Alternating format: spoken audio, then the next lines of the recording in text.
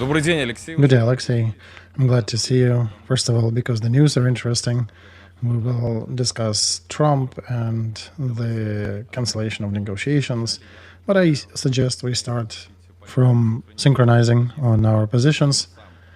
And I'm a little tired of all the talk in the media that Arestovich has changed his views and all. And it took me quite a bit to scroll through your conversations recently, especially with Sobchak. And I noticed a few things that I want to dive in, and I suggest let's dig deeper to try to understand. Well, first of all, I think there are two most common types of interview with Alexei Arestovich. One of them is very favorable, very favoring discussions where people do not argue and let you speak or agree with everything you say. The other type of interviews is where people try to pun you and try to suggest something that you'll have to dispel. I actually had my own interview with Ksenia Sobchak, and I understand that she has rather high professional skills. But however, I understand that you did not quite like the tone of this conversation. Sure, we were recording it for about 7 hours, but she continued to kick in the same target. And most questions were starting with, you faulted there, and you changed your opinion here, and a few years down the road, people probably won't even remember you. However, it gathered millions of views. Even a spokesperson for Vladimir Putin reacted to that. But I do want to ask you one question, and it's important for me to ask it. There was one scene there where you discussed the shoes, how many pairs you have. Ksenia was asking Alexei about the number of shoes he has and how many and how often does he choose. So this was a setup, right? This was a specially recorded piece of conversation that she asked to record in this fashion. Why did you agree? Well, listen, I do have some love to theatrical production. I have over a dozen of years in theatrical production in Black Square troupe, and I took a liking to such a suggestion. So how did she ask about it? Well, she did tell me that she will ask you a question about shoes, and you understand what it implies, and she suggested let's play around that. So we did. I think this miniature for changing shoes and linking to changing opinions, I think you understand that she used it to blame your character for something. Oh, sure, yeah, I understand that perfectly, but for me it was a small ray of light during these 7 hours that was at least something creative. Did you tell her that you object to the format a bit? Yeah, actually on the 20th, on the 40th minute of that, I told her that, listen, I can take a certain position in this interview, and you would be the one looking like a fool in this interview. It's quite easy to do, actually. But instead, I'm placing myself in a vulnerable position where you will continue talking about how idiotic I am, but I'm still drawing using logic to try to bring attention to the important points that I want to deliver. And I knew that people will still be able to listen through the fluff around the interview to make sure that there are ways to create a situation where the war stops and there are no more wars. And I was ready to pay with whatever she needed me to pay for that with to send this message. Oh yeah, that message actually was heard. It was discussed on different levels in Russia as well. How the border should be fixed, what should be the next steps. So, Alexei, what methods of fight do you think will work for this war? And I want to go deeper into that, but before we dive, I want to ask you another question. What is most important that you did not understand back in 23, 24 even? We can talk probably about that for a longer time if you have, but sure. The main point that I recognized was understanding the real position of the West. It is different. Its relation to Russia and Ukraine are different. Second is that West is not homogeneous up to complete contemplating, even attacking their opponents with nukes. That's what I heard from one side of Americans. And Russians and Ukrainians think that the degree of hatred between them is way worse than the degree of hatred between Arabs and Jews, but they have not heard that discussion of not liking or hatred between the left and the right, extreme left and extreme right in the United States. And there is some significant fundamental conflict between two sides in the United States. That actually shook me to my depth, and I started to understand a few things. Then Russia is, third realization is that Russia is not a hellspawn. There are a lot of people who are following very logical stream of thought, and having talked with a lot of different politicians, not only and people of influence, not only from the West but also from the East, I would say a lot of them are following the rational politics, but very few are so logical and rational as the politicians in Russia. And I've been following politics for over 20 years, right? Of course, I'm following Russian politics. Kremlin in modern Russia is very strong in their school, how they follow things. Do you think it's a school or a psychotype? Yeah, and 20 plus years in power, of course, that plays into effect.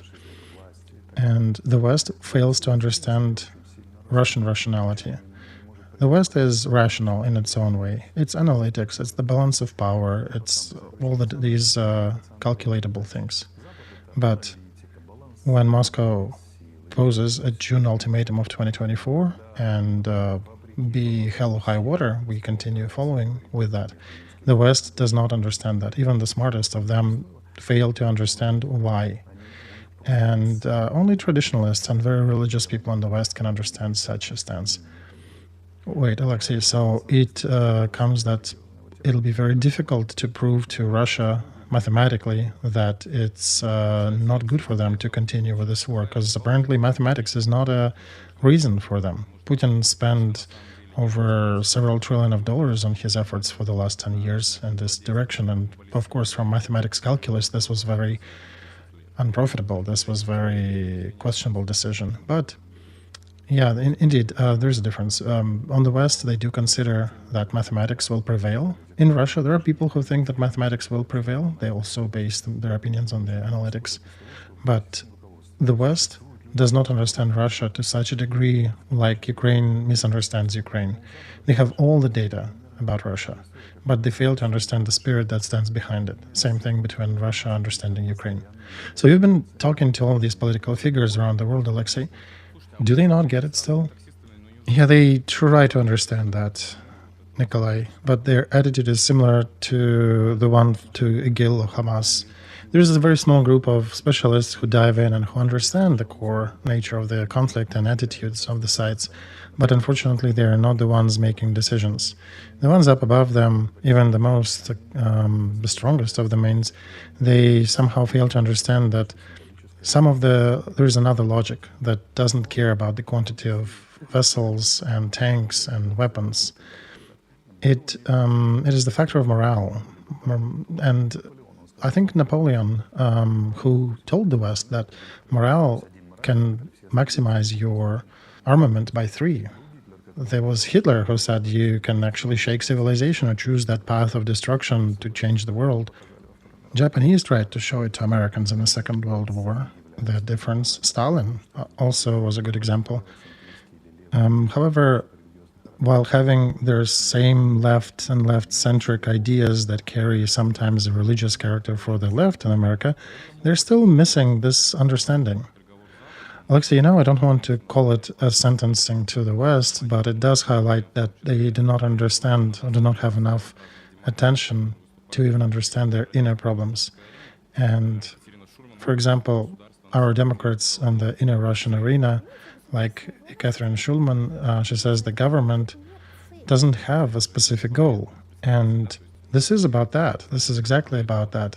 One of the well-known politologists in Russia is saying that government shouldn't actually have any specific goal. They should just perform the function. Right, Nikolai. And many people, they are slaves of this concept, or any other one. And they can't even step outside of it. And here we can remember Carl Jung, who said that fanaticism is a suppressed questioning. So the world is full of people in politics who are trying to suppress the questions that they actually have. They try to suppress that narrow-minded worldview, and they want to have it as a platform, but it ends up being a foil tin hat on their head. Okay, let's talk about the enemies and concepts. I do like where our conversation is going here. I like your statement that the main factor, the main quality for the warrior is not just to wage the war, or to fight, but to understand who is the real enemy. And in your interviews, very often we hear that in Ukraine there is Insurgency Army dugout as an option. There is a Sorosite group, a very leftist, left Western sponsored group. And there is also another group which you consider to be a big problem in Russia, so-called Z supporters.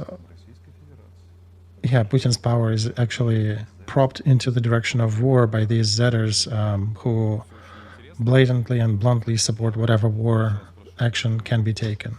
They just want to fight. Alexei, I want to say that some people who will be watching us perhaps are not watching your channel.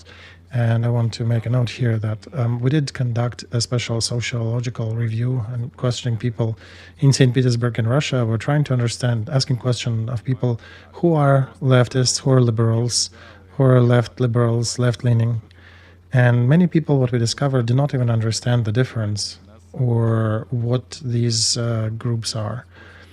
So why are you saying that that leftist project of neo-globalists is our mutual enemy? Well, the key problem of the globalists is that they don't want any diversity, not real diversity. Their main goal is to make sure that everybody is a left liberal, left-leaning. And if you're not leftist, then you're a Nazi of some shape. Different concentration, like Nazi light or Nazi ultra-right, but you're still not a human if you do not understand or accept their leftist ideas. This is Soviet times Komsomol in pure form, just taking root in the West. They're talking about social equality, meaning that you should not cause any emotional harm to a potential Somalian immigrant in Germany, and if you make them feel not well, you should be put in jail and immigrants should feel fine.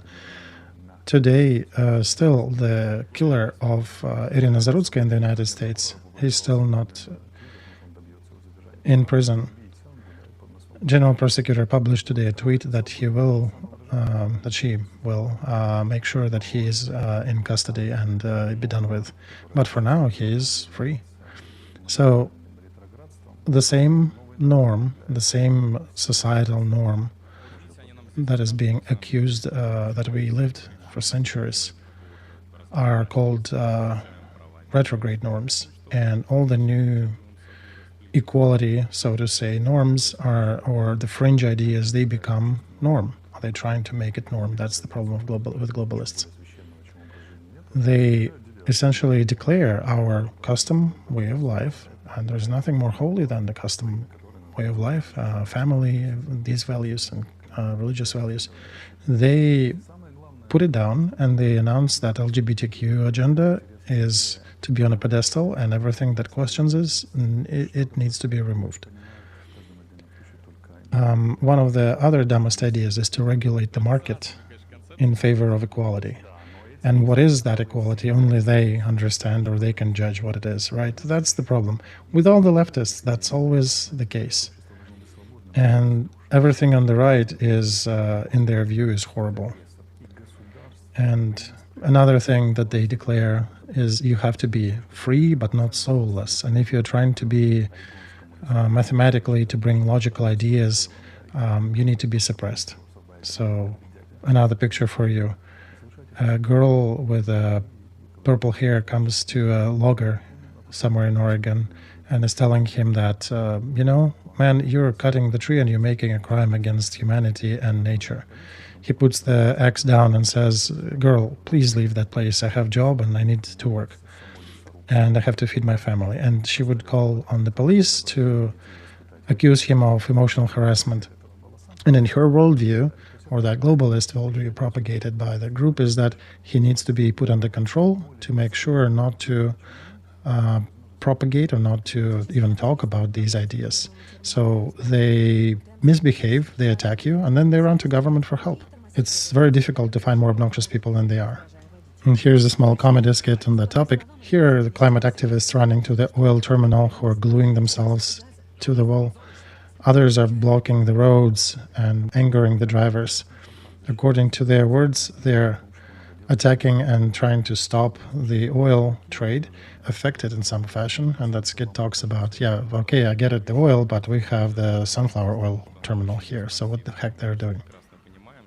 Another problem of the system, Alex, I think, is that this system, the globalist system, is very expansive.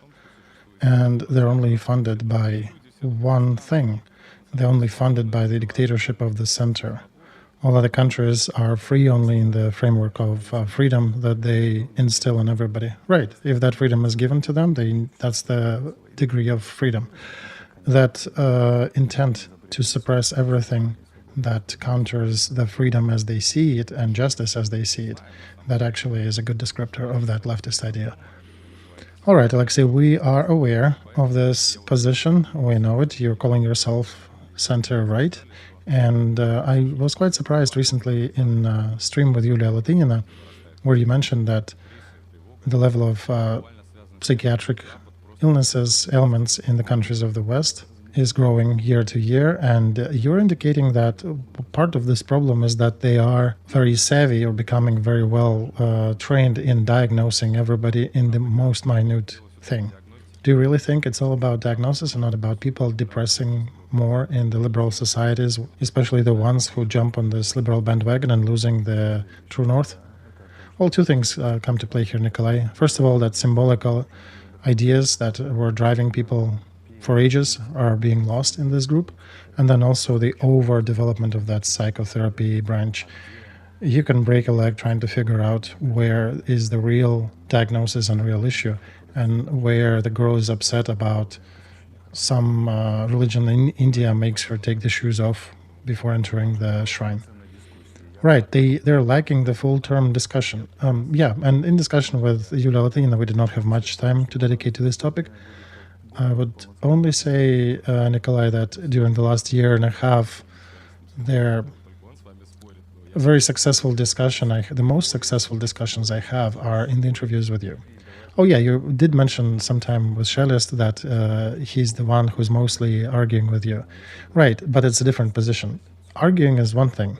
That's when the journalist is pressing with his idea, it may cause the argument, but I do not see that in our conversations. We actually dive and try to understand each other. So you did mention that the people from the West, Alexei, are the ones who can afford themselves these drugs and digging into these issues. I would say that it's probably not too fun to have. And who would voluntarily start digging and picking their mind? And how do you also imply that we all will be jealous of the West, who is going to affect their way of life because of another syndrome, fake syndrome, sucked out of some psychiatrist's thumb or other ways? So you're saying that the West has a lot of money. They can give free food, they can give free transport, and try to help somebody who is saying that he's feeling horrible and he is lost. But all the greatness of this civilization, I think you understand that all the greatness is based on the achievements of the epoch of Christianity. And what's happening now is not a fun experiment. In this story, there's a clip from his interview with Latinina that he appreciates leftists from the West more than the incapable supporters of Zelensky who do not want to talk to anybody. I guess, Nikolai, I have to explain that clip. That was an irony. There is... I try to play on the irony, on the excess of certain layers in the Ukrainian society. So, all right, I understand. You did mention that at some point you were tired with Dugin and his ideas, and these ideas propagating in Russia. Yeah, I have thought about that long and hard, Nikolai. What is wrong in Alexander Dugin? A lot of things are okay, but one thing is horrible. Wait a second, let's try to understand who is closer to you in October of 25? Leftist liberals or the extreme right like the Dugin? Neither one, nor the other. I actually like centrists, somewhat right-leaning centrists. I do like the ideas of freedom, but neither on the left nor on the right they are well developed. They are not smart to the current society. On the right side, these ideas are presented by libertarians when there's very little bit of government. On the left, it's for everything good against all the bad and using the might of government to instill that. So I would agree with you on that. But Ksenia Sobchak was pushing in her interview that you're probably closer to Dugin than to the leftist liberals. But I think that all these leftist illusions that we can get rid of the core ideas and of humanity and religion with it, this is idiotic. Okay, Nikolai, Dugin is a philosopher. He's trying to understand very deep thoughts and think them through, but he's very weak in publishing his ideas. You can read his social media and he can have two very contradicting ideas in the next tweets next to each other. But what concerns me with his presentation on this is that we are all light and everything against us is darkness. What closer to me is that here I have some light and you can take it. I'm okay to share it with you. So where is he picking up on this ideas about the last shining city on the hill and the darkness, evil attacking it on all sides? So I understand this is mythology that he grew up in. And there is a group in Russia, the Z-leaning pro-Putin, pro-war group that actually is picking up on Dugin's idea and puts it on the banners. But do they understand where it leads? Oh, sure, Alexei, yeah, the end result of this would be all-out nuclear war and the end of humanity. But, to juxtapose them, Dugin is saying that sin should not be tolerated. While we do have, for example, the guys on the left, we probably should compare not even Ursula von der Leyen with Dugin, but some transhumanists like Klaus Schwab and Nick Land, who suggest, and that's their current idiocy on the left liberal idea, that some people want to liberate the core of Earth from Earth. So that's another orbit of schizophrenia developing there. I think this is a proper juxtaposition to Dugin's ideas. Well, listen, Nikolai, that's what Dugin is suggesting. He's saying, our diplomats, why are they wearing the costumes, the business costumes? We should develop our fashion to be in line with a proper Russian costume of the 17th century. So how do you read that? As a great philosopher who doesn't want to differentiate form from content? Or he's very primitive and for him the shape equals the content? Why instead, for example, my idea, should we not be like Japanese, wear the appropriate modern attire, business suits, and just stick with our ideas from the whatever ideas and times we have in the country, right? I don't know, Alexei, if I want to argue about that, because in Japan, their spirit is facing a big demographic problem. That's why the right is winning there now, because they have significant issues with traditionalism. Okay, so we can pick Indians, for example, right? And they can wear the Western attire, but they can remain absolutely India-like on the inside. Right, I agree with you on this, Alexei. Russia is also in a state of some archaeo-stand when we did, since Peter the Great, try to join Europe, but we still have the core of Russia in our mythology, in our spirituality, in our everything. Right, Nikolai, here I agree with him on most of things, that the setup of the Western democracy always implies to have a pretty picture and the real reality hidden behind it. And Dugin is saying that the Orthodox Christians cannot do that. You need to tear down the veneer and you need to show what is pretty, what is ugly. Okay, so I have a question in relation to that. If I get dressed as a 17th century Slavic somebody, would it help me to figure out or to push my ideas today? I can work and operate in a modern business attire just fine. Why are they putting on a pedestal the need to be even visually dressed or representing yourself as those from back in the years?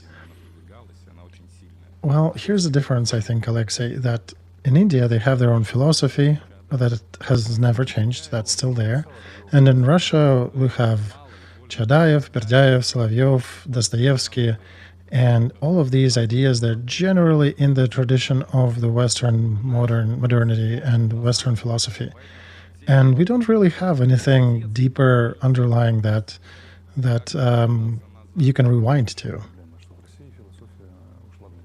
Well, here's the problem, I think, Nikolai, that Russian literature is Russian philosophy. This is the counterpart. This is how Russian philosophy, what it went into during the 20th century. And this is why people in Ukraine, some of the authorities are fighting with Bulgakov and Pushkin because they cannot explain how Bulgakov and Pushkin and their literary works, what relation they have to modern politics. But the nature of that thing is that that philosophy is hidden in their books. It's the deeper underlayer that is telling. And Dugin is trying to be a normal Russian philosopher, probably one of the few in the recent years. But for some reason, he then puts that hat attire of 3 centuries back. And he sometimes reminds me of myself when you bring some weird idea or slap something on the environment or background around you and during the interview or your clothes, and then you have to explain that. All right, Alexei, on this point, let's make a pivot and go into the ideas of what options are for people in Ukraine and Russia.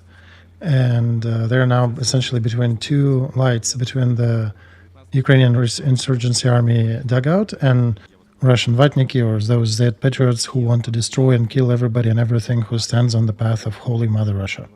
And I'll quote you here that you think that Russia is following the path of that Z-barracks. Yeah, I think Russia is going in the direction of Chinese modernization and Russian vatnik barrack. Is that really so? Yeah. Okay, Nikolai, you'd want to make a perfect speech during an interview, but it's difficult, of course, right? We're talking live on air. Depends upon the interviewer too. Sometimes, like thank you right now, I can formulate the thought more precisely. I would say that the threat of Russia going into developing in the direction of that Z barrack is significant and it needs to be prevented. Putin starts to understand that it starts to present itself as a danger to him in the inner politics of Russia. Yeah, this is absolutely so. I agree with it, Alexei. And after that phrase that you mentioned on the 19th of September, I did feel myself rather awkwardly being in that barrack. Well, yeah, no, you're not fully in the barrack. Not the whole country is in it. There is a significant force in the country that is pushing the country towards that. And it's difficult for Putin to try to be so irreconcilable with foreign threats, but still not to fall too deep into that land of the Z patriots, that barracks. So I have seen his press conference recently, and it's interesting to see how he maneuvers between that. He, on occasion, did mention things like he had different opportunities to mention, if there is no Russia, then why do we need such a world, right? And these days, he comes out and his surroundings, Peskov, is speaking about his thoughts, essentially, who's saying that, okay, let's see what happens in 6 months. He's saying this is not a friendly act about the missiles, for example, that the United States is going to present to Ukraine, and that Russia is getting an answer to properly respond to this suggestion. And I was surprised. I thought Russia will be more radical when they heard about the missiles that Ukraine may be getting from the United States, but they're holding themselves. So that was a surprise, a nice surprise for me. Alexei, I was also concerned. A lot of people are grasping at these statements. You can imagine how many millions of Russians are following you. Even Dmitry Peskov is now reacting to your interviews. When in one stream, I want to say that the whole Russia is a barrack that doesn't leave anything in its path after it's rolled through it. It's like a steamroller. And in the other stream, you called it different. Right. We need to separate Z force pushing and propping up Putin's government from Putin's government itself. All right, Nikolai, this is a dilemma that I face here. I am using word to present situation and present options, right, as a publicist. Sometimes my love for theater and the bright word sometimes serves me in a wrong way. You can call it the Dugin disease, but sometimes for a good phrase, I may forfeit some of the meaning or present maybe a more ultimate, a more extreme view. However, those who watch me diligently, they can see that I will level up this rhetoric in the next stream. Right, I can agree with that. But if somebody's watching just that stream from the 19th of September or October, you can actually say that whenever you said that the barrack is more dangerous, they have more resources, Xi Jinping is toying with them. And I was thinking, okay, well, then Xi Jinping is toying with the Z-barracks. And now you're saying that this is not the whole Russia, right? There is a balance here.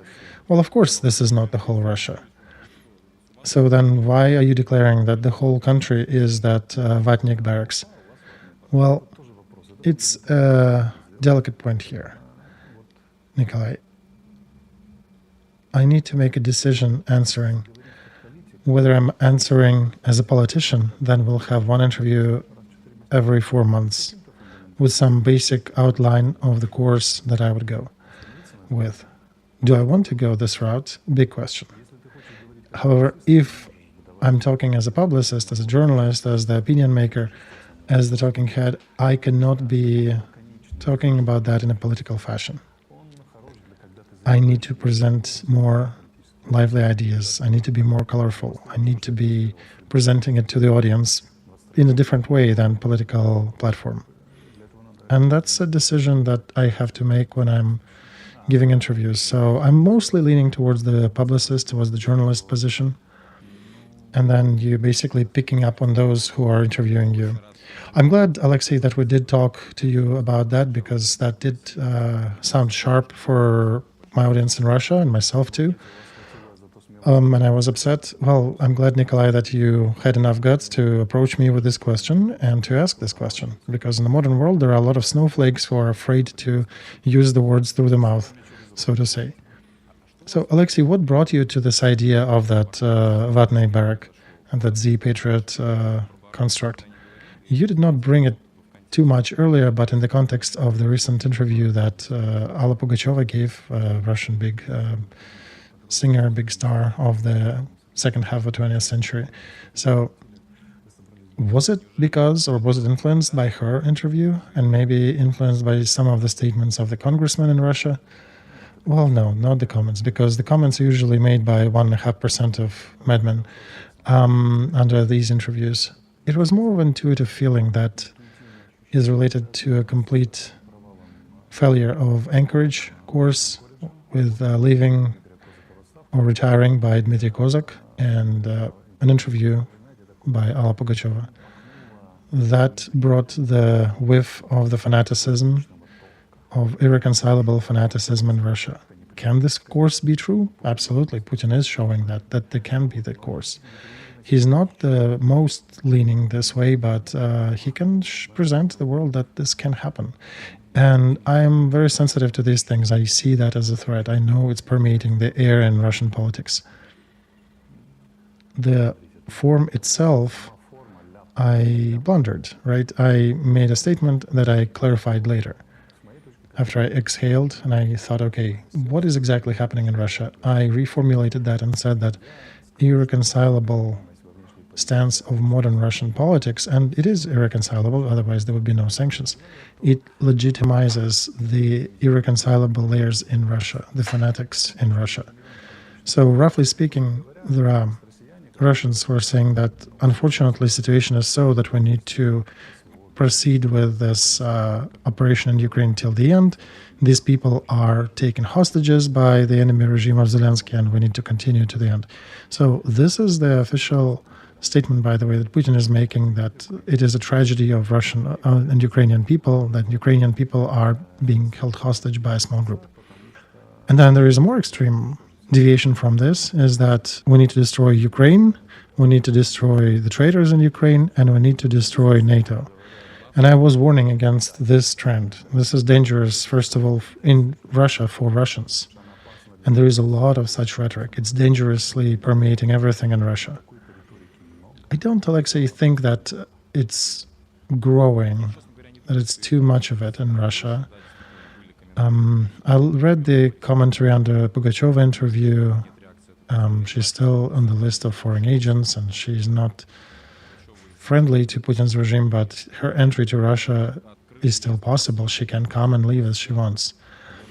But Putin refusing from reaction, Nikolai, in this case, from reacting to her interview is already a positive signal, I think, that they're still holding that they're not attacking her, because she is a symbolic capital of good things that were in Russia, and also remembering the bad things like gulags and Stalin regimes.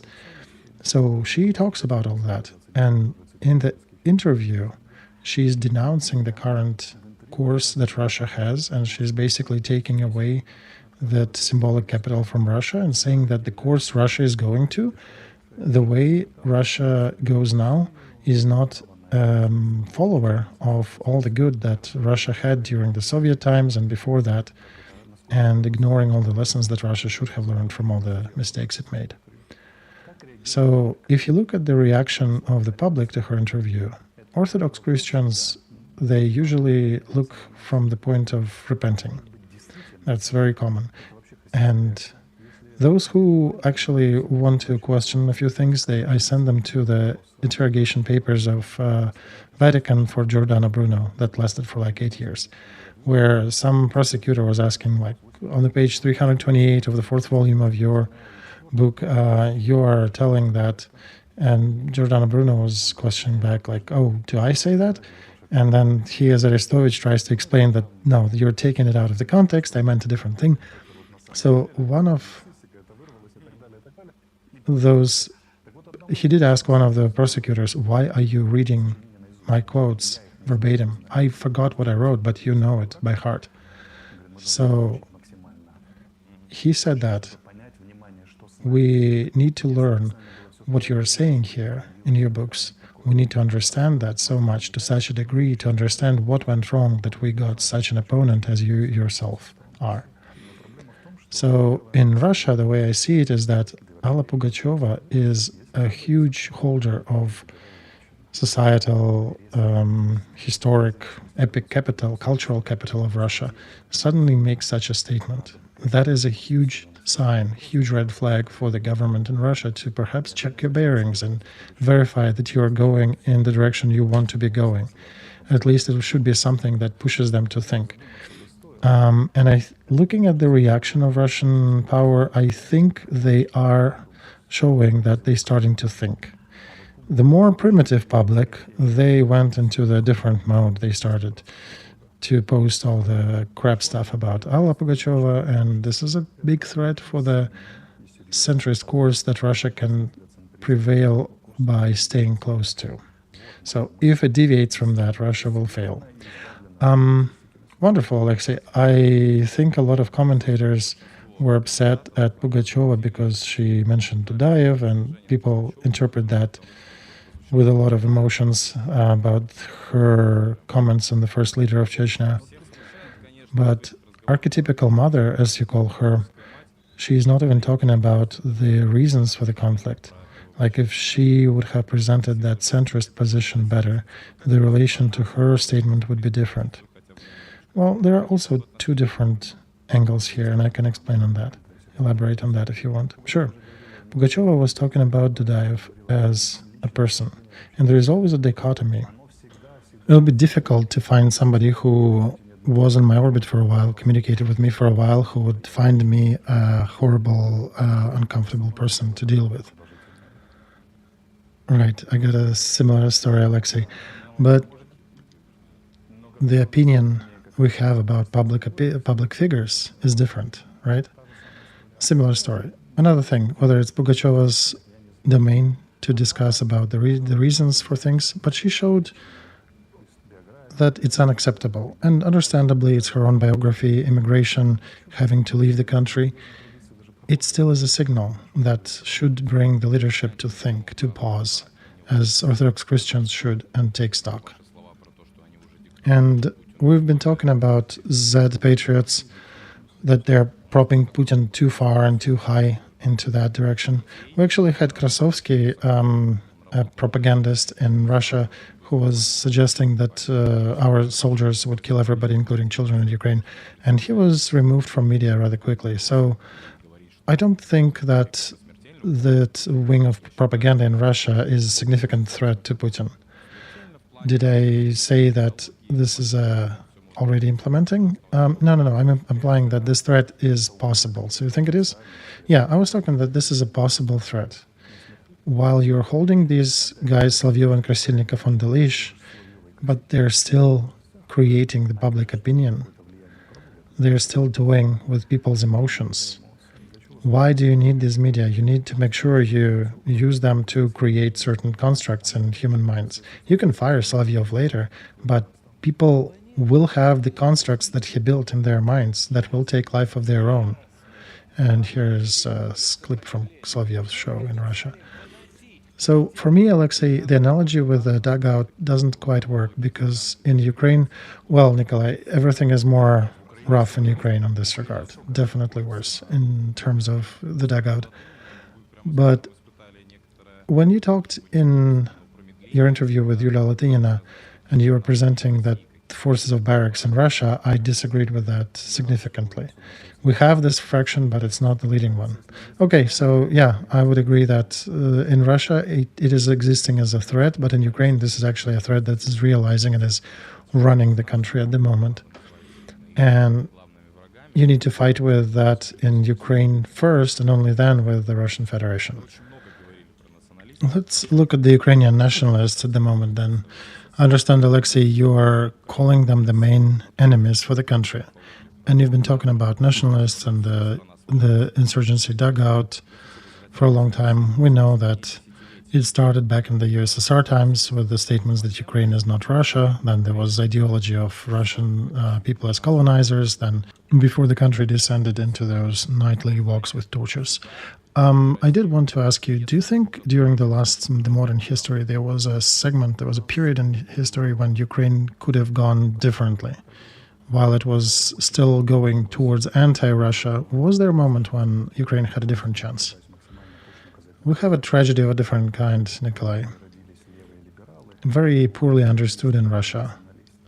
I heard how they articulate that, and I'll try to indicate the problem with the highest precision.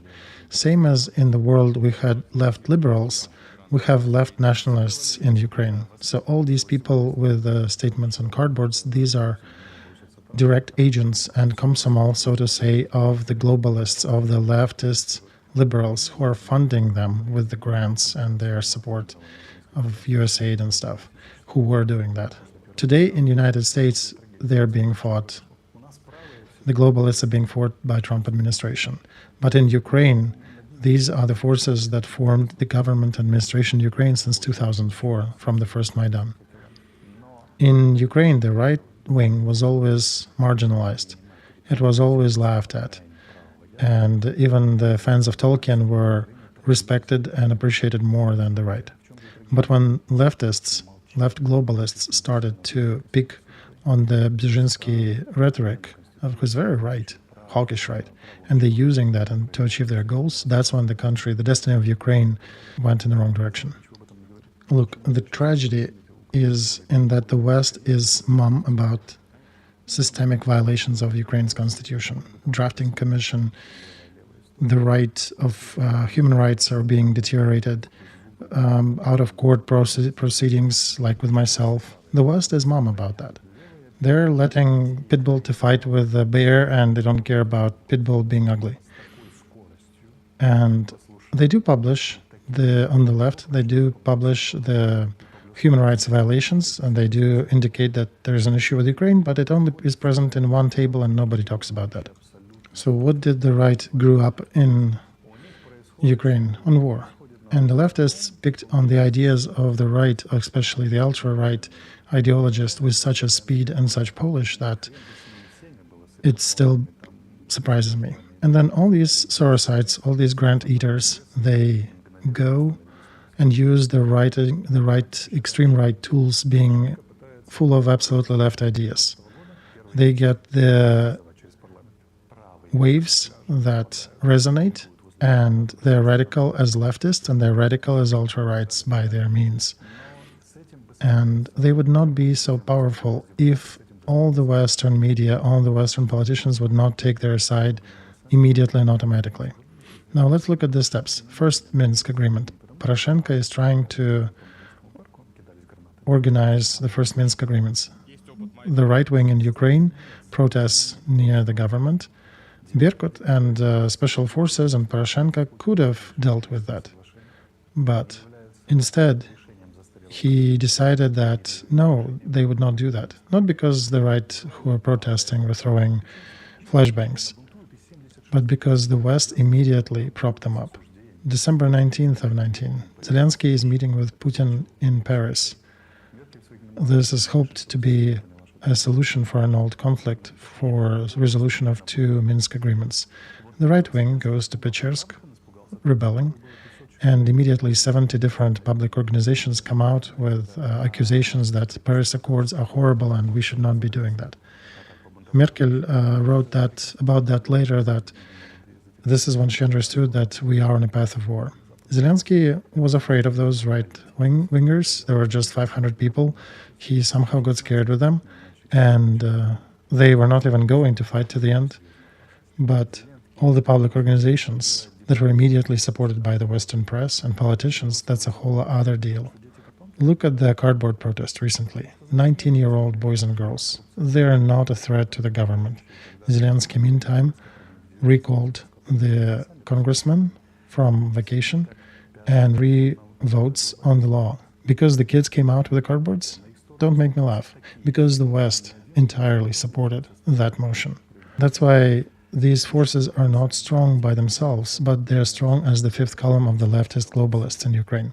Such forces take their side that not single Ukrainian leader can fight against that. And the ideas that they push about everything Russian in the West, they would probably get all kind of public reprimand, and in some countries would be put in jail because it goes against European constitution, norms of right, probably even American constitutions, absolutely racist and semi-fascist and sometimes fascist state. The West refuses to see that because they're propped up, these groups are propped up by the globalists. When daily people who are being drafted are being killed. Yesterday, they grabbed somebody, threw him in the drafting bus, and today he's dead with brain trauma. They refuse to see that. They refuse to talk about it. Right, they present it as AI-generated videos. Yeah, when some dug up details, very nuanced legal issues in the law that even professional lawyers not deal with immediately, they need to understand and read through all the papers to understand them. Suddenly there is youth protesting with the cardboards and signs on them. So Ukrainian leadership is not independent. And today it's already scared by the right, and they're giving general rank to some of the right-wing leaders. And they somewhat know how to do that. They hope that they basically will have to fight them and maybe organize their other troops against them, because nobody really will support the right wings. But Ukrainian youth does not have to fight, apparently, to local globalists and the global globalists, that Ukrainian youth should not be participating in this war and learning how to defend their country, but they need to be out with the cardboards. Yeah, Alexa, I think you got something. You're onto something here. Ultra-leftists with the ultra-right narratives who are propped by the West. This is the problem. Right. Bookmark this thought. And I wanted to indicate the real threat. This is a potential threat. This is a threat, but it's a potential threat. The real threat will surface when the ultra-leftists will find a way to agree with ultra-right. For now, they're hating each other, especially on the topic of LGBTQ, but biographically, they do have some bridges where they can connect. Given that there are two figures like Budanov and Zaluzhny who can be their spokesperson, who can help them connect. Because that's when the lid of the coffin will actually slap, when these two forces will join their ranks. End of the first segment.